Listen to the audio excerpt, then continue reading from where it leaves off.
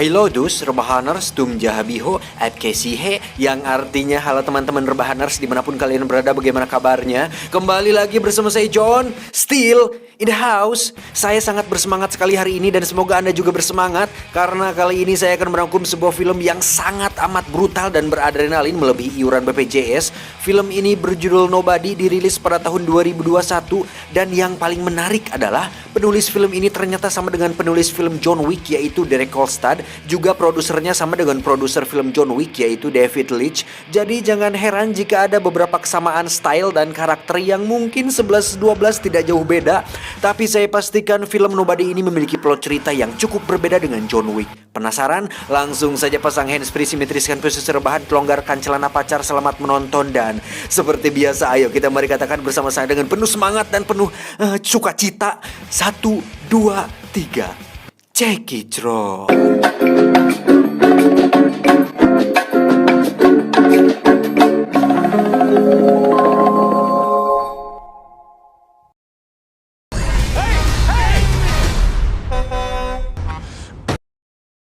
Kisah akan berfokus pada seorang pria parubaya bernama Hutch Mansell. Ini orangnya, di mana beliau adalah sosok ayah sekaligus kepala keluarga bagi istri dan kedua anaknya. Hutch sendiri bekerja di perusahaan milik sang ayah mertua sebagai bagian administrasi, yang mana hari-harinya diisi dengan rutinitas yang monoton dan begitu-begitu saja tanpa ada sesuatu yang beradrenalin sedikit pun.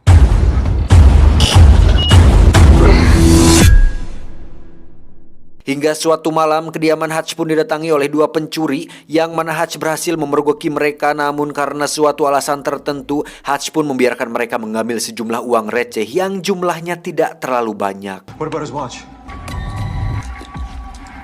Tak diduga anak sulung Hutch pun berhasil menyergap salah satu pencuri itu, dan ketika si pencuri yang lain teralihkan perhatiannya, kita akan melihat Hutch memegang sebuah tongkat golf dan berniat untuk memukulnya. Namun apa yang terjadi? Hutch justru meminta anaknya untuk melepaskan pencuri itu dan membiarkan mereka berdua kabur begitu saja. I said let him go. What the fuck, Dad? Alhasil anak sulungnya pun merasa sangat kecewa dengan tindakan Hutch, ditambah sikap polisi yang seolah ikut menunjukkan rasa kecewa terhadap sosok ayah sepertinya. You know, if that was my family.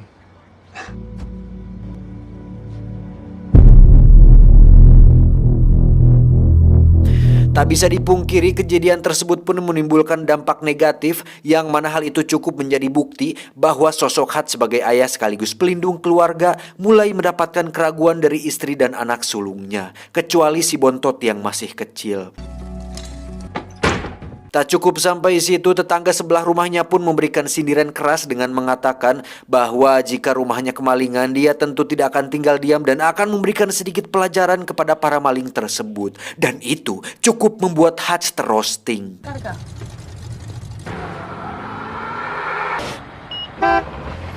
Tak hanya di rumah, di tempat kerjanya pun Hutch mendapat perlakuan yang kurang menyenangkan ketika adik istrinya alias adik iparnya sendiri menyayangkan kejadian semalam dan memberikan sebuah pistol untuk Hutch berjaga-jaga. So, Jesus! Keep my sister safe, bro. Ini adalah ayah mertuanya alias pemilik perusahaan tempatnya bekerja, di mana beliau membicarakan tentang rencana Hutch membeli perusahaannya ini karena dengan usianya yang sudah tua, beliau atau sang mertuanya ini berniat untuk pensiun. Namun karena harganya belum sesuai, Hutch pun diminta untuk memikirkannya kembali.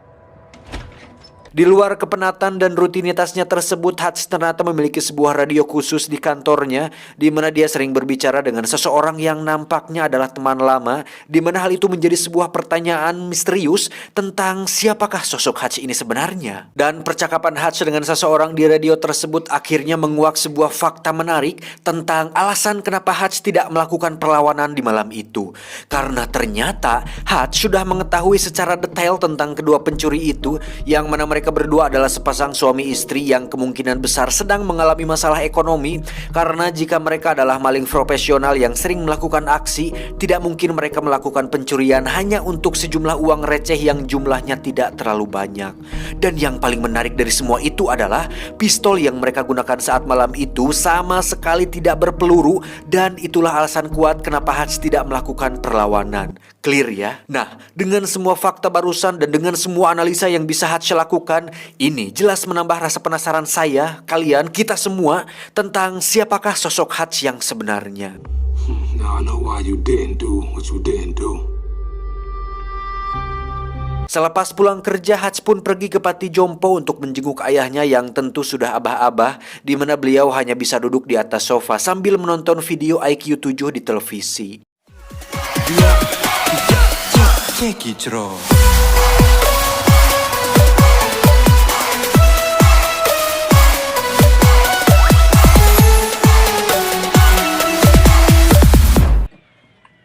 You don't look okay.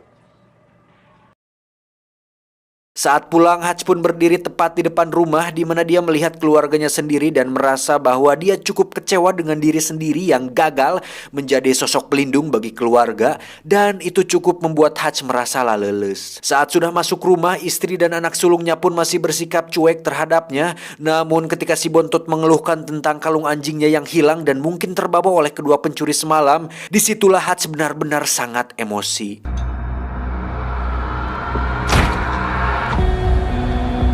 Dengan cepat Hutch pun kembali ke Panti Jompo tempat ayahnya tinggal, di mana dia mengambil sebuah pistol yang disimpannya di sana, dan dengan sebuah petunjuk yaitu tato pada lengan si pencuri yang dia lihat malam itu, Hutch pun berencana untuk mencari kedua pencuri itu dan mengambil kembali kalung anjing milik anaknya. There's this thing I gotta do. Then you best go do it.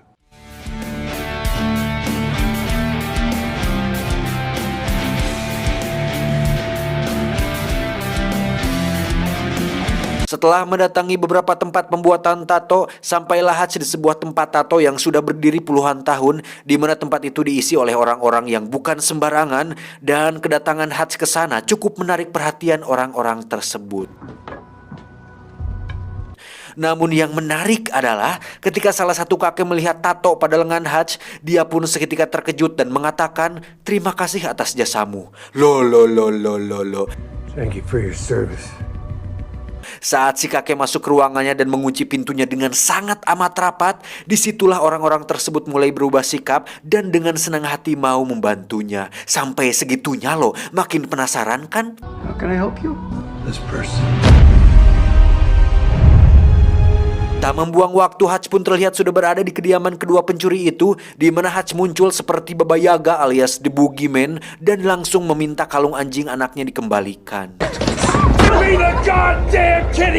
Namun saat Hutch akan berbuat hal yang lebih dari itu, tiba-tiba aksinya terhenti ketika melihat baik kedua pencuri itu menangis, hingga Hutch pun kesal sendiri dan memukul-mukul tembok hingga kedua tangannya berdarah.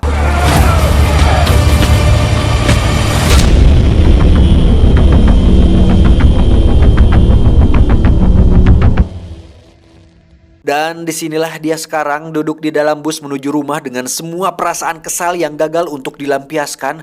Namun suatu keberuntungan terjadi ketika ada sekelompok pemuda yang mabuk dan masuk ke dalam bus, di mana hal itu membuat Hutch seketika tersenyum karena akhirnya mendapat sasaran empuk untuk dijadikan bahan pelampiasan emosinya. Gila sih anjir.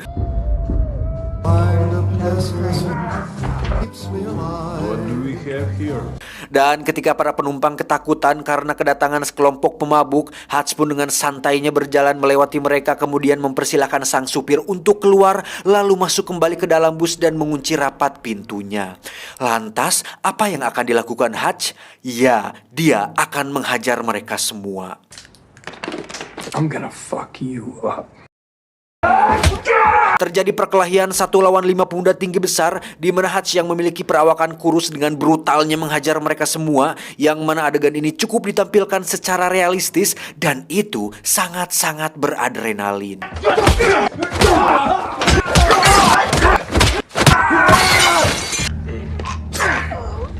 Dan sampai sini sudah jelas bahwa Hutch adalah pria yang bukan siapa-siapa, tapi bukan pria sembarangan. Ketika di rumah, sang istri pun awalnya terkejut dengan banyaknya luka di tubuh Hutch. Namun tanpa banyak pertanyaan, dia pun mengobati Hutch dengan sepenuh hati dan menemaninya sampai dia tertidur lelap. Sementara itu adegan berpindah ke tempat lain di mana kita akan melihat seseorang semacam mafia bernama Yulian Kuznetsov atau biasa dipanggil Yuli, yang mana Yuli terlihat berjoget dan bernyanyi di sebuah klub malam yang cukup ramai pada malam itu. Seluruh kota merupakan tempat bermain yang asik. Oh senangnya, aku senang sekali. Yuli sendiri adalah seorang mafia Rusia yang memiliki usaha penyimpanan uang, yang mana rekan-rekan sesama mafianya mempercayakan semua uang mereka di tempat penyimpanan milik Yuli. Dan saat mereka bersama, Yuli pun ditegur oleh para rekannya mengenai sikap tidak gagah dirinya saat berjoget dan bernyanyi di depan umum, yang mana sikapnya tersebut dianggap bisa menurunkan kepercayaan sebagian besar dari mereka karena menunjukkan tidak adanya wibawa dan rasa hormat dalam diri Yuli. Dan apa yang dilakukannya? Yuli tiba-tiba memecahkan gelas kemudian menyerang salah satu pengunjung di sana, lalu menggorok lehernya tepat di depan para rekannya tersebut. Dan itu cukup membuktikan bahwa Yuli adalah orang yang berbahaya yang bisa membuat kepercayaan mereka meningkat. Tak lama Yuli pun mendapat telepon bahwa adiknya sedang dirawat di rumah sakit, yang mana adiknya tersebut ternyata adalah salah satu korban dari Hutch saat peristiwa di dalam bus tadi. Yuli pun marah besar dan mencoba menginterogasi satu persatu teman adiknya mengenai pelaku yang telah membuat adiknya babak belur, di mana salah satu temannya tersebut berhasil mendapatkan kartu identitas kerja milik si Hutch. How can I find this man? Singkat cerita, esok pagi pun tiba. Hutch pun terlihat sudah pulih seperti sedia kala dan tak lama mendapat panggilan telepon dari teman yang biasa menemaninya di radio, yang mana temannya tersebut memperingatkan tentang kejadian semalam bahwa salah satu orang yang dihajar Hutch adalah anggota keluarga dari seorang mafia Rusia berbahaya, yakni Yuli. Untuk mencari informasi mengenai si Yuli ini, Hutch pun pergi ke tukang cukur, di mana di situ ada seseorang yang cukup penting, entah siapa itu, tapi sekilas saya sudah bisa menebak bahwa orang tersebut kemungkinan besar adalah sebuah agensi yang pernah mempekerjakan Hutch di masa lalu. Balelol bangsat. He's as bad as they come. Dan setelah melihat dokumen tentang Yuli, Hutch pun sedikit pun tidak menyesali tentang perbuatannya semalam dan akan menghadapi setiap resiko atas tindakannya tersebut. Yuli sendiri memberikan kartu identitas kerja milik Hutch kepada stafnya, di mana staf tersebut menyuruh salah satu orang dari pihak pemerintahan atau Pentagon untuk melacak alamat dan semua hal tentang Hutch. Dan alangkah kagetnya si staf tersebut ketika mengetahui bahwa Hutch adalah orang yang sangat berbahaya, di mana kita bisa melihat beberapa foto yang memperlihatkan tentang kebrutalan Hutch di masa lalu, sampai-sampai si staf tersebut memutuskan untuk tidak ikut campur dan mengundurkan diri dari pekerjaannya saat itu juga. Anjing, gak tuh sampai semenakutkan itukah sosok si Hutch ini anjir? I'm out, no need to pay. Why you much?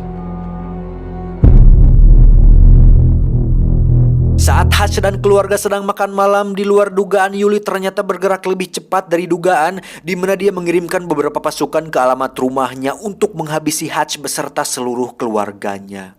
Dengan cepat Hutch pun meminta mereka untuk masuk ke ruang basement, di mana mereka semua dibuat bingung bercampur kaget saat mengetahui bahwa ruang basement mereka selama ini ternyata memiliki teknologi yang cukup canggih.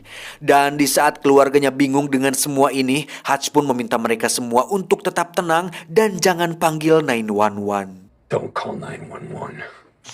Ketika pasukan Yuli masuk, sesaat saya diingatkan dengan film John Wick ketika rumahnya didatangi oleh beberapa pasukan kiriman mafia Rusia bernama Vigo, masih ingat kan? Dan sekarang saya semakin dibuat penasaran apa yang akan dilakukan Hutch kepada para pasukan Yuli ini.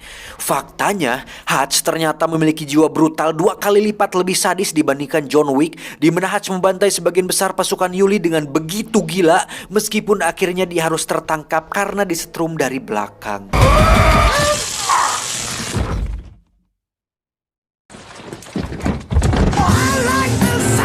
Namun bukan Hutch namanya jika dia bisa tertangkap dengan begitu mudah, karena saat dalam perjalanan Hutch pun bisa melepaskan borgol dengan cukup mudah dan membuat mobil mereka terguling yang membuat ketiga pasukan itu tewas mengenaskan.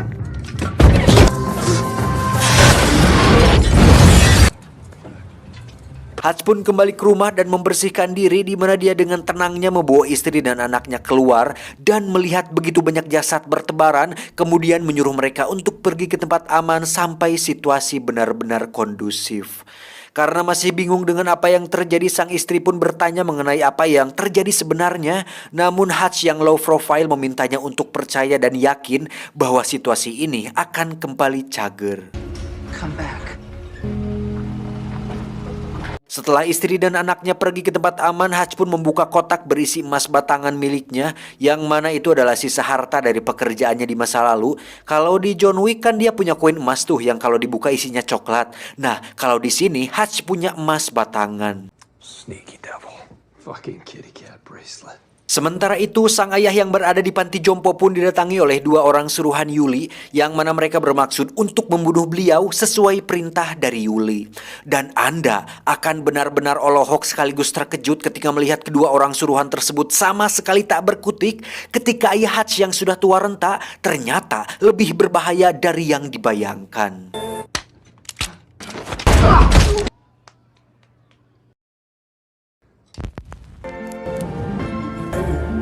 Setelah meledakan rumah beserta semua jasad pasukan Yuli, Hatch pun menemui ayah mertua untuk membeli perusahaan tempatnya bekerja dengan emas batangan yang dia bawa. Si adik ipar pun menolak kesepakatan tersebut dan sempat akan memukulnya. Namun Hatch yang sudah tidak peduli pun dengan cepat memukul perut si adik ipar, yang mana dia sangat amat terlihat kesakitan. Untuk kemudian Hatch memintanya untuk tarik nafas pelan-pelan dan duduk dengan manis. Breathe deep, okay? There you go. Di sisi lain, Yuli pun cukup terkejut ketika mengetahui bahwa semua pasukan krimennya tewas, ditambah salah satu anggota pasukannya tersebut adalah asisten kesayangannya. Sama seperti Vigo yang telah macam-macam dengan orang yang salah, yakni John Wick, Yuli pun mengerahkan semua pasukan miliknya dan semua pasukan yang ada hanya untuk menangkap satu orang, yaitu Hatch Mansell. Собери всех бойцов. Hatch sendiri terlihat sedang mempersiapkan sebuah rencana untuk ini semua, yang mana Hatch berniat untuk melakukan perang kepada Yuli setelah mengetahui bahwa Yuli telah berani mengirim pasukan untuk membunuh keluarganya.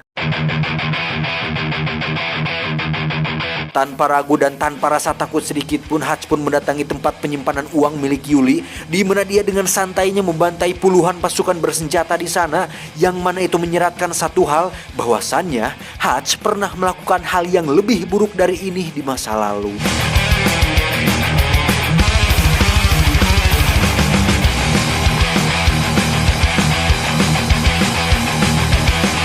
Tak hanya itu, Hatch pun membakar semua uang milik rekan-rekannya Yuli, yang mana itu tentu akan membuat Yuli bertanggung jawab atas hilangnya semua uang milik mereka.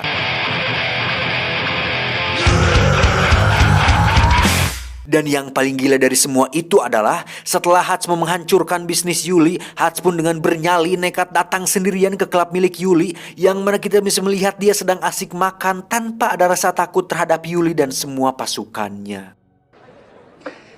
Enjoying your meal? Namun di balik semua tindakan gila dan nekatnya itu, Hatch ternyata memiliki ide brilian ketika dia membawa sebuah peledak tepat di atas meja, yang membuat Yuli meminta semua orang untuk keluar dari sana. Anjing.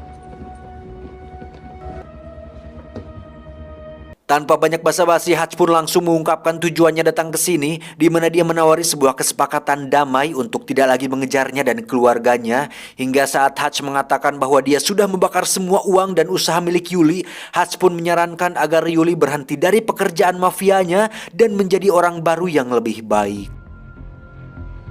Think it over. Saat keluar, Hatch pun menunggu apa yang akan dilakukan Yuli. Hingga saat Yuli keluar dan akan mengejarnya, jangan salahkan Hatch jika Yuli lebih memilih mati ketimbang berdamai dengan tawarannya tadi.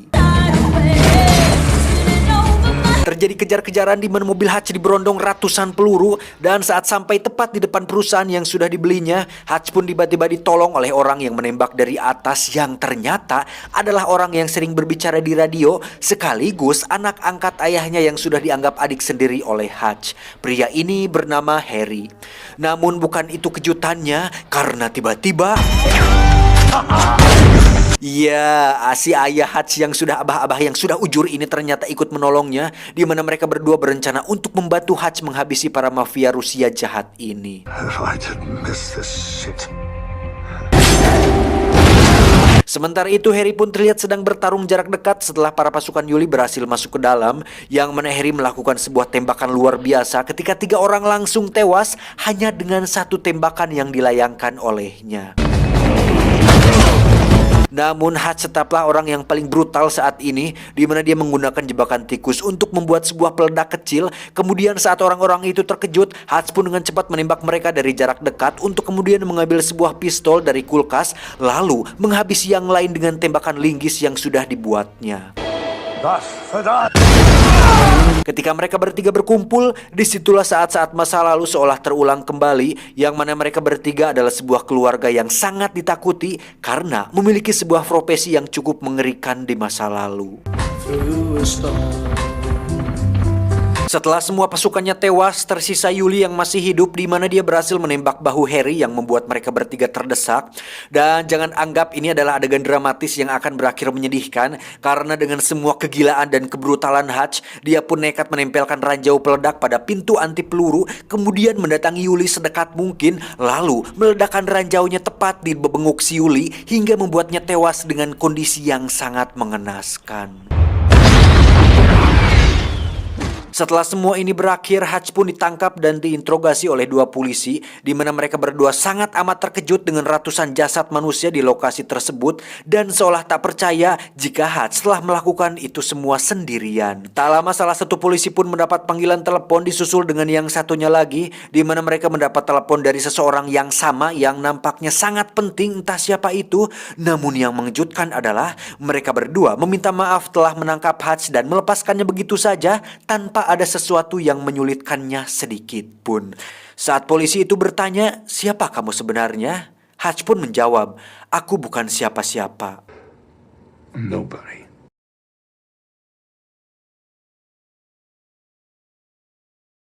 Tamat, ending yang sangat mengnobadikan. Anjir, brutal parah sih ini film. Kalian harus nonton langsung soalnya banyak sekali adegan keren yang tidak bisa saya tampilkan di sini.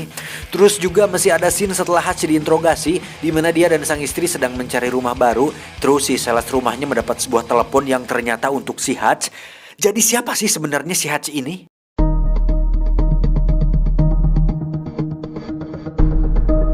Menurut analisa tim IQ 7 cabang Pentagon, dari beberapa data dan informasi di sepanjang film, kemungkinan besar si Hutch ini adalah seorang agent, tetapi agent di atas agent, yang mana tugas dia adalah untuk membereskan masalah yang tidak bisa diselesaikan oleh agent biasa. Ya, semacam tim pembersih lapangan. Kalau kalian ingat film John Wick, ada namanya The Adjudicator yang dikirim oleh High Table, yang mana tugas utama beliau adalah untuk membereskan orang-orang tertentu yang menjadi target operasi. Tapi yang menarik di sini adalah Hutch bertugas bukan hanya untuk membereskan satu target, tetapi mampu membantai puluhan pasukan dan ratusan mungkin sekaligus lagi, yang mustahil untuk dilakukan oleh agen biasa. Keren kan? Dan kalau kita ingat film The Equalizer yang diperankan oleh Denzel Washington, kita pasti kenal sosok Robert yang tidak kalah brutal dengan Hutch atau John Wick. Sama-sama pengen pensiun dari masa lalu buruk mereka, tapi tetap saja ada masalah yang membuat mereka terpaksa harus kembali menjadi sosok yang tidak diinginkan. Tapi dari ketiga sosok yakni Robert, John Wick, dan Hutch, mereka bertiga memiliki persamaan, yaitu terkoordinasi, memiliki serangan jarak dekat yang cukup mematikan. Walaupun pakai senjata atau pistol, mereka lebih senang menggunakannya dari jarak dekat. Terus gak terlalu banyak bicara, punya banyak koneksi, dikenal berbahaya di masa lalu, punya style bertarung yang cukup realistis, gak terlalu lebay lah kayak film-film pada kebanyakan.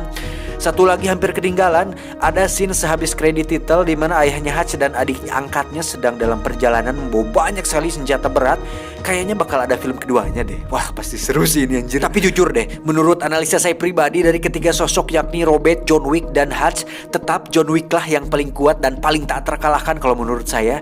Karena walaupun di film ketiganya dia sempat terluka parah akibat ditembak oleh Watson dan jatuh dari gedung tuh, dia masih tetap bisa bangkit dan masih bisa hidup. Tapi bukan itu alasan kuatnya, karena dari ketiga sosok tersebut hanya John Wick lah satu-satunya orang yang tidak memiliki orang yang disayang dan tidak punya keluarga yang disayangi. Berbeda dengan Robert yang masih punya teman dekat yang cukup dianggap keluarga, dan Hutch juga udah jelas punya keluarga, anak dan istri. Cuman John Wick sama sekali hidup sendiri dan sebatang kara, yang mana itu akan sangat berpengaruh pada psikologis, motivasi, dan kemampuan, sehingga menjadikan John Wick satu-satunya orang yang paling sulit untuk dibunuh dan dikalahkan. dikalahkan.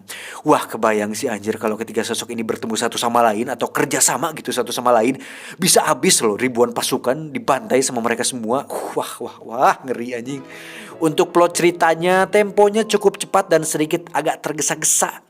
Tapi karena dari premisnya sudah dijelaskan bahwa film ini menceritakan bapak-bapak biasa yang bukan orang sembarangan, jadi kalau saya pribadi bisa langsung nangkep aja gitu maksud dan tujuannya. Keren sih kalau menurut saya anjir.